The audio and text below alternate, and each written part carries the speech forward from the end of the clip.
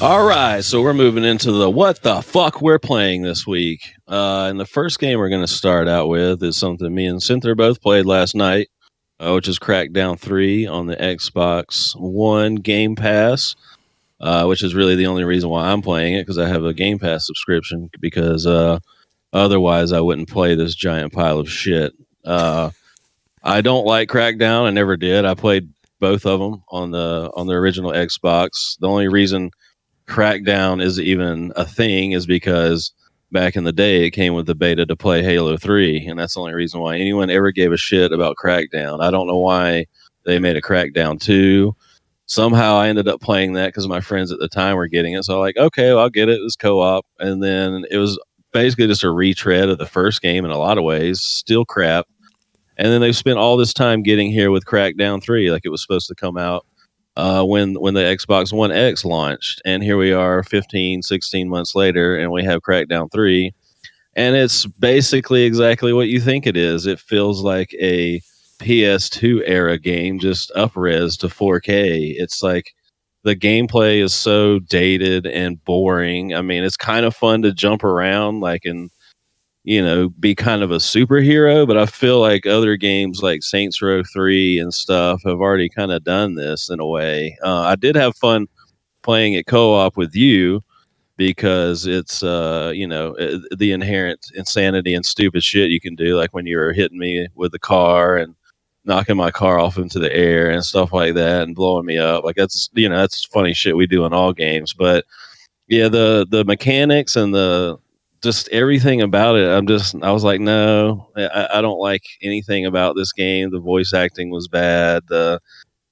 Even just the vibe of it, everything they're going for, it just completely turns me off. And I don't know. What do you think about it? You played more of the single player than I have, so you can probably speak to it better than me. Well, you got to risk it for the biscuit, agent. No, you don't. So basically, I agree with you. It's a PS2 era style game. It hasn't evolved since the first Crackdown game. It just looks better. I have about 6 or 7 hours in the single player game, and it plays fine. It's just the game is just fine. Like there's chaos, there's auto aim, there's a lot of stuff going on. There's no real story. It's basically that carrot type game that we were talking about in our previous segment, where it's just defeat this sequence of events, get the next thing, level up, defeat this bad guy, move on to the next one, there's another boss, whatever. It's just there's like a carrot system to get to the end, and it's open world, so there's just so much to do on top of that. There's tons of orbs to collect. There's like 20 something weapons to find and use. It's just a checklist. It's another game where it's just a massive checklist of things to do. And I think the developers probably thought, oh, we're going to make this open world game and it's going to be a sandbox and you can really just do whatever you want. In reality, you basically do the same shit at 8 hours that you did at the very beginning, except now you can jump higher. Now you have like a different vehicle. Now you have a stronger weapon. It's just, I don't know why it took so long to develop this thing. They could have done way more with this. Yeah, but it's just like ever since Crackdown, like Crackdown 1 was kind of novel for its time, but since that time, like that was around like what 2007-ish or something that game came out. Mm-hmm. Like open world games have changed drastically. And after coming off something like Red Dead, I mean, you got to really bring your A game with these open world games. And so playing something like Crackdown that feels so dated, it's just like I just can't even with this. Like even I've been dabbling a little bit here and there with Assassin's Creed Odyssey, and it's like even playing that, and even that's a cool game. It's like coming after Red Dead. It's like I don't know about this, and so yeah, I just can't with the Crackdown 3. I did load it up this morning to see the intro that you were talking about because you kept talking about it. Yeah, it's the best part. Okay. I guess so. Like he's talking about, I did laugh for a second when he's like, my snake skin boots or whatever he said. And then, yeah, the intro was kind of silly and dumb. I was just shaking my head the whole time. Like, what even is this game?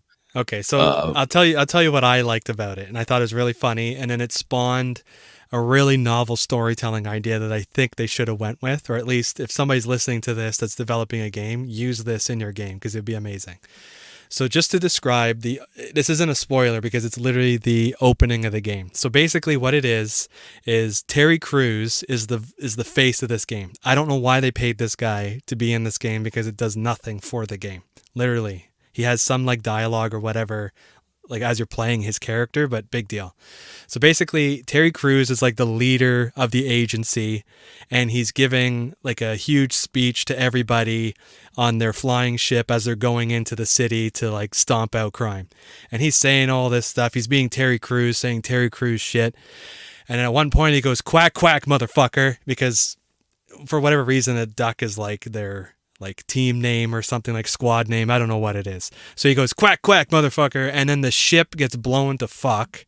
Everybody gets vaporized on the ship. All the agents are dead. Terry Crews is dead.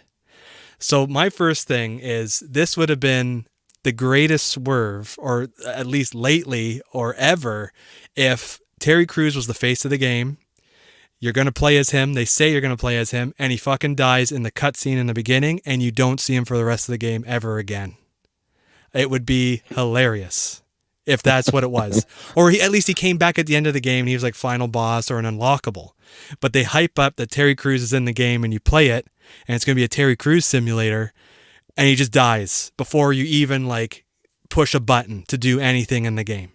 But what ends up happening is one of the characters in the game finds your like torn to shreds body and basically puts you back together again in a test tube, and then you're back and you have all your powers taken away and you're really skinny and you have no muscles or anything like that.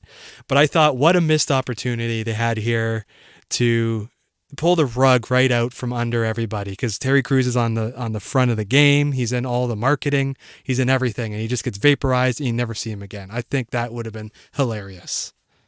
Yeah, well, the only example I know of this, even though it's not a video game, is, have you seen Deadpool 2? Yeah.